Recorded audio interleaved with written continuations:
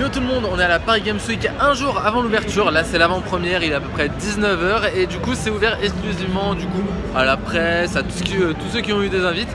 Donc il n'y a personne, ça c'est vraiment cool. Demain ça va être une autre histoire, d'ailleurs je vais sûrement faire ce vlog sur 4 jours. Donc si vous me voyez souvent changer de vêtements, c'est normal.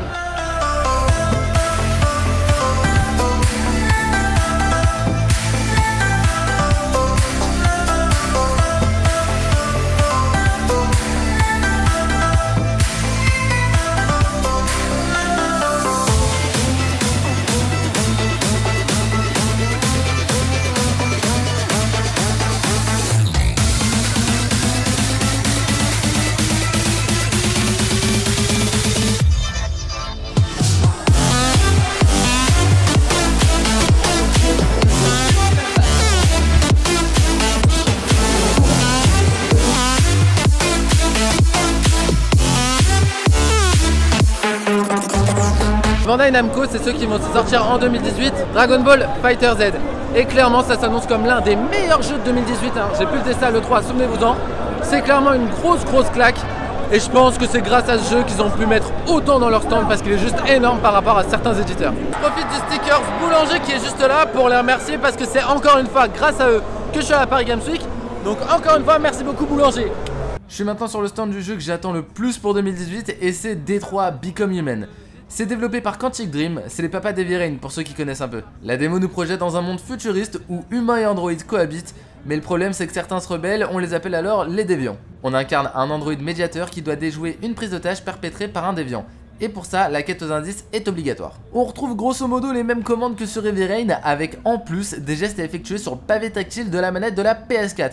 Ce qui nous donne enfin une petite utilité à SPAD. Niveau scénario c'est encore mieux car on a là un jeu interactif. En fonction des indices trouvés et des choix faits au cours des dialogues, l'histoire sera grandement modifiée. On a là un jeu différent et s'il est aussi bien fait qu'Heavy Rain, on a là sûrement la plus belle perle de 2018.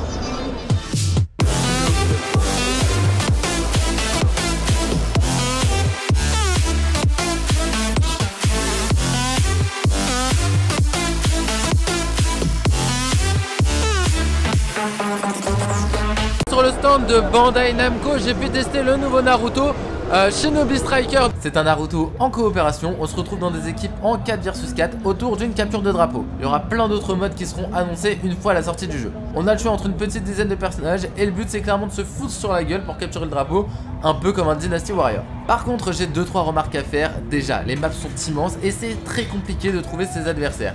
En plus de ça, les graphismes sont loin de la saga Storm auquel nous a habitué CyberConnect 2. On est maintenant chez Xbox qui nous a fait un stand de folie pour la One X. On a eu le droit à des parties de jeu du moment sur grand écran comme PUBG, le boss du Battle Royale de cette rentrée, qui sortira aussi sur la console, ou encore Cuphead, sûrement le jeu le plus dur de l'année. On pouvait aussi prendre la manette du nouveau jeu de Microsoft pour jouer à Assassin's Creed Origins ou encore à Forza 7 entre autres, et franchement c'était beau, les jeux tournaient super bien, rien à redire.